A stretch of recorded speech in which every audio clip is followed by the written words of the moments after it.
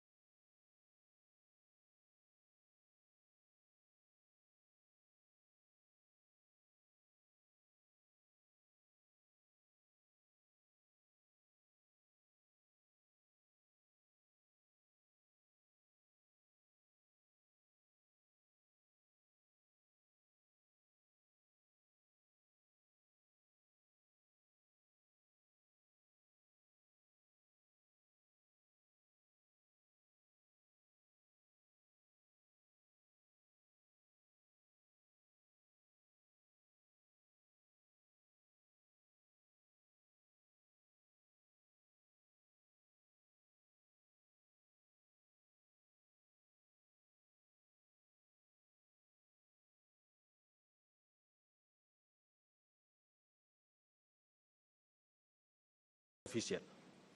À côté de ces gares, nous avons fait un inventaire de ce qu'on appelle les horaires,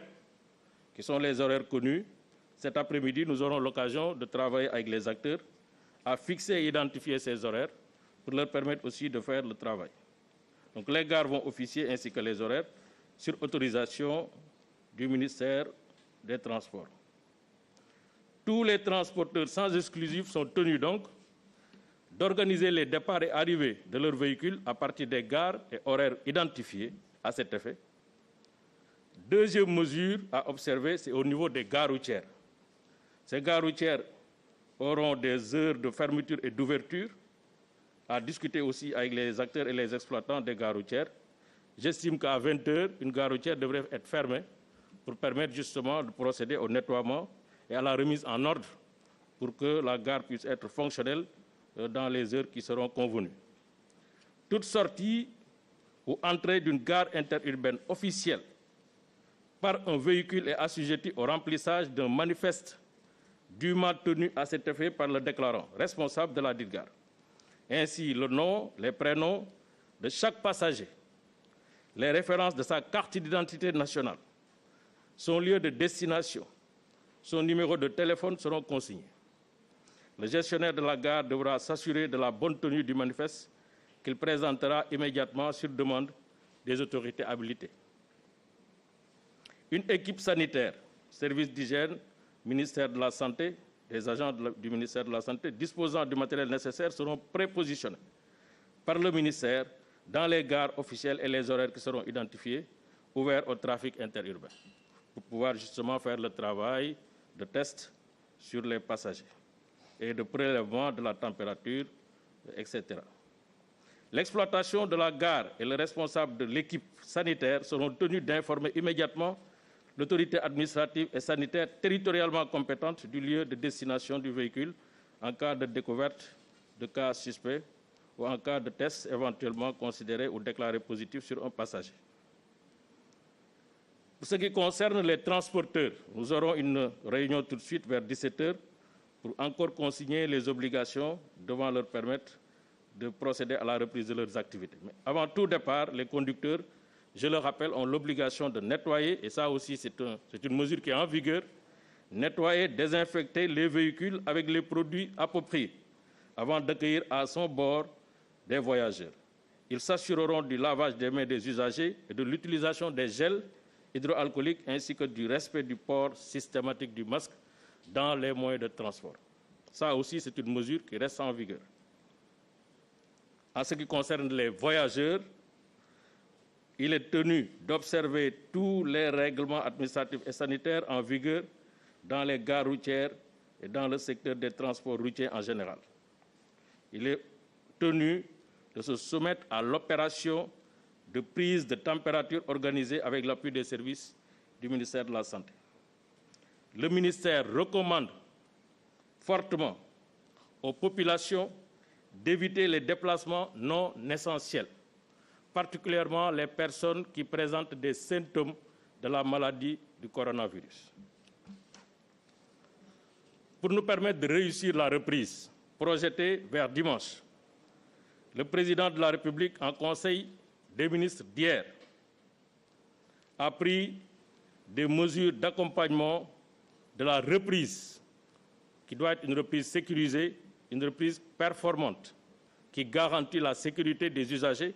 qui garantit la sécurité du personnel de transport. À cet effet, la mesure principale qui a été prise consiste à allouer un appui financier direct aux acteurs. Je rappelle que dans le cadre de l'appui financier au secteur impacté par Covid-19, à travers le Fonds Force Covid-19, le président de la République avait décidé d'accorder des montants au secteur. Ce montant, globalement, était de 2,750 milliards de francs CFA. Aujourd'hui, le président, dans sa jeunesse, c'est dans ce contexte que le cadre global de ces réformes majeures a été défini dans une nouvelle loi d'orientation des transports terrestres qui a déjà été adoptée en Conseil des ministres le 27 mai 2020.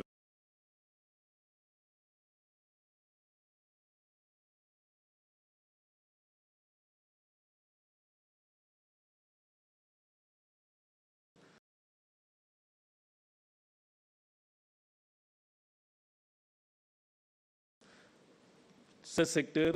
extrêmement vital et important. Dans ce sillage également, un décret créant Agence nationale de la sécurité routière est déjà en préparation et sera adopté dans les prochaines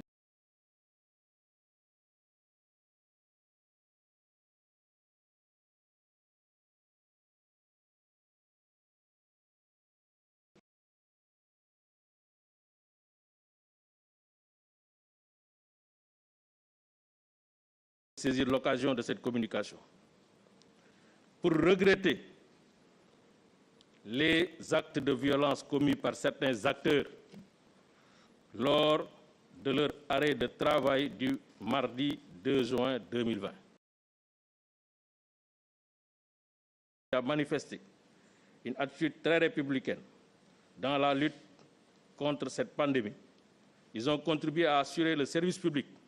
des transports routiers malgré les difficultés. Je les encourage et les exhorte à continuer avec abnégation et bravoure aux côtés de l'État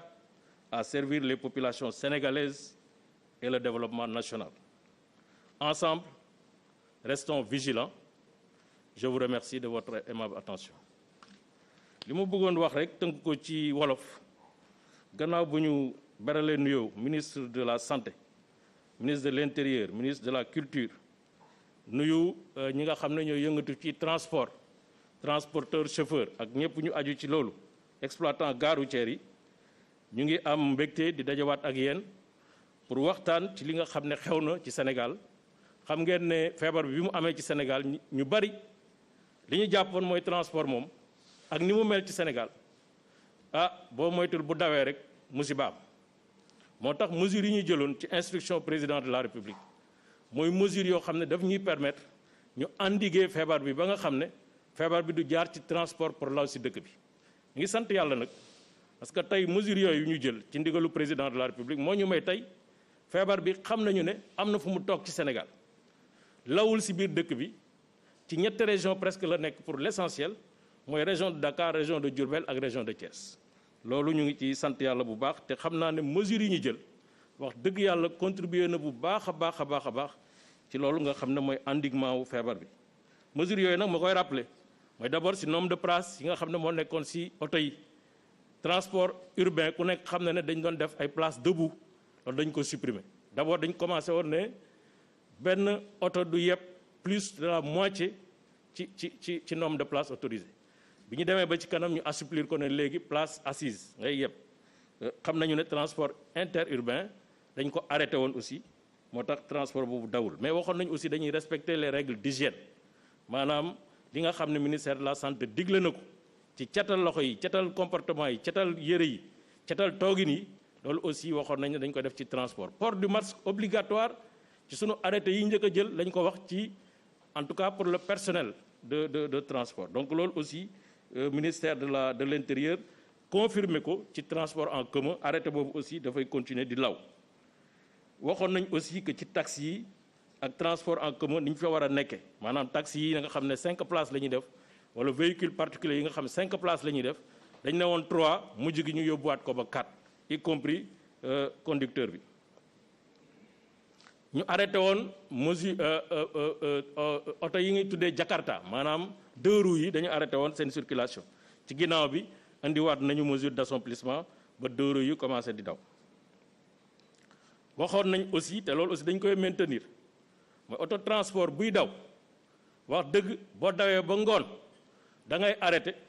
nga raxas sa oto raxas ko ci biir raxas ko ci biti particulièrement nag ci biir parce que ci biir ci la nit ñi di nekk dafa am ay parties yu bare yoo xam ne loxo daf fay dem loolu dañ ko war a raxas désinfectant ak ay produits yi nga xam ne mooy les produits appropriés waxoon nañ leen ko mesure boobu aussi dañ koy maintenir mesure yooyu yëpp indi na ndax wax dëgg yàlla nag jeexital bu rafet ci li nga xam ne moom la ñuy xeex moo tax tey bi président jëlee message à la nation le 11 mai ne dañu war a ubbi transport dañu war a ubbi dëkk bi dañu war a reprendre les activités économiques ñun ci sunu ministère ca bés yooyu la ñu commencé waxtaan nan la ñuy ubbee accompagner li nga xam ne mooy reprise économique et sociale des activités économiques et sociales donc loolu aussi def nañu ko waxtaan ak sunu direction yi ba nga xam ne déjà commencé woon nañu am ñaari plan de reprise benn bi mooy plan de reprise bi nga xam ne dañu koy def ci service technique interne yi au ministère mooy fépp foo xam ne dañu fay def contrôle technique di fa def carte grise di def permis nga xam ne en mars dañ ko arrêté woon loolu commencé woon nañ ci waxtaan ba am benn plan validé boo xam ne plan de reprise boobu mettre nañ ko en œuvre xam nga nag kon bu ñu ubbee service technique de transport mooy dañuy ubbi transport plan boobu aussi de reprise waxtaanee nañ ko ba démb si conseil des ministres bi ñu ci waxtaan ak président jox ñu ci ndigal moo tax ñu koy doxal tey rencontré nañu acteurs yi avec le ministre de l'intérieur ngoon dinañ gën a xóotal rencontre boobu parce que am na ay mesures complémentaires yu ñuy jël balaa ñu koy jël président nee na nañu def plan de reprise concerté ñu waxtaan ak acteurs yi pour que loolu mën a nekk mais d'ores et déjà mën nañ noter que ne dañuy jàpp ne war nañu mën a ubbi reprendre les activités de transport interurbain à partir de dimanche mais loolu ministre de l'intérieur dina jël ndogal bi na jël arrêté bi su ko jëlee nag ñun dañ ko war a lëkkalaay ak yeneen mesures yoo xam ne day tax même bu ñuy reprendre dañuy reprendre ci sago reprendre ci prudence reprendre en tenant compte que feebar bi mu ngi fi te feebar bi warul jaar ci transport warul jaar ci personnel de transport warul jaar ci usager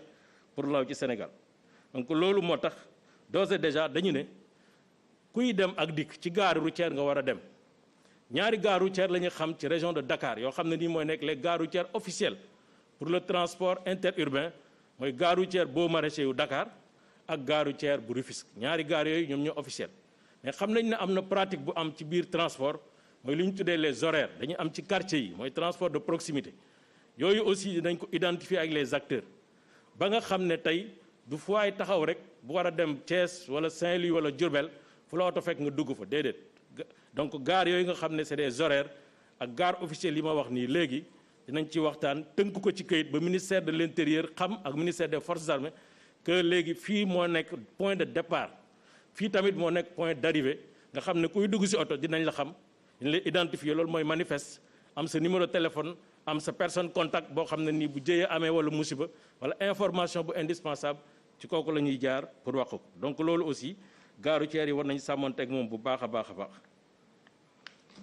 transporteurs yi aussi mooy ñi nga xam ne ay opérateurs de transport interurbain wax nañ leen d'abord personnel bi ni ñu war a taxawee arrêté boobu mu ngi fi ba léegi jógewu fi mooy port du masque gel yi ñu war a am mesure d'hygiène yi nga xam ne war nañ ko observer donc loolu aussi ba léegi dañu koy sàmmante ak moom. voyageurs yi wax nañ leen ca njalbeen bu vraiment dara justifié wul légitimé wul nga war a jóg dugg transport en commun maanaam soxla bi nekkul farata wax dëgg yàlla ñaan nañ leen depuis ca njalbeen ne leen moytu leen moyen de transport en commun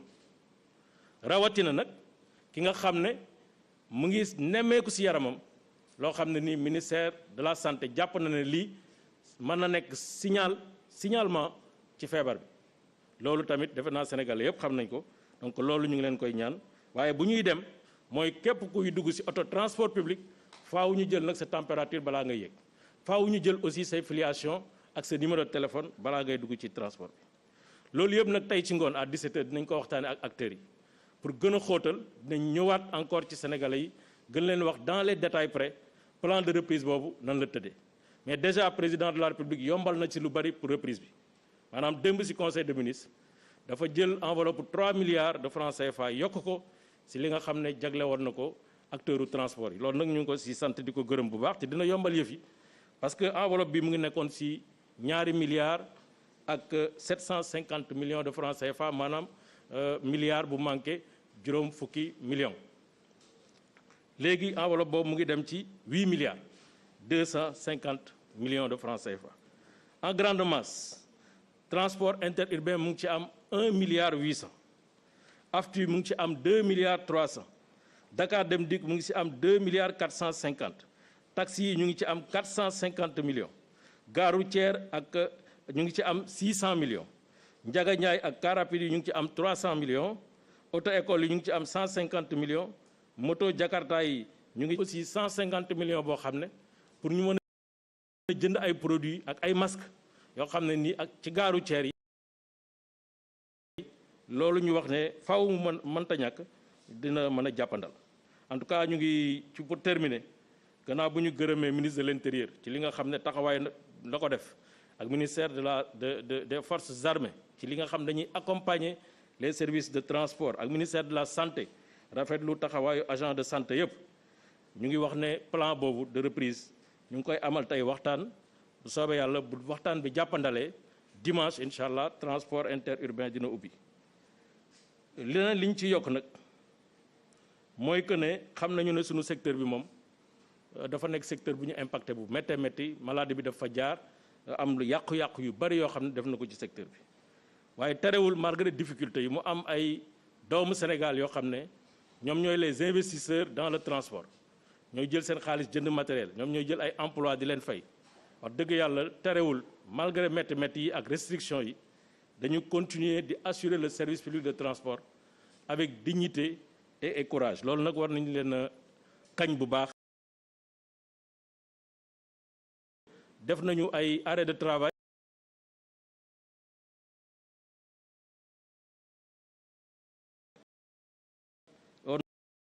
loolu nag dañ koy ñaawlu bu baax a baax a baax tey am yaakaar ne comme dëkku droit la ñu nekk responsabilité dinañ ko situer sanction ya ca war dinañu ko indi en tout cas ñu ngi gërëm ñëpp di sant ñëpp di wax ne xam naa slogan la bu ñuy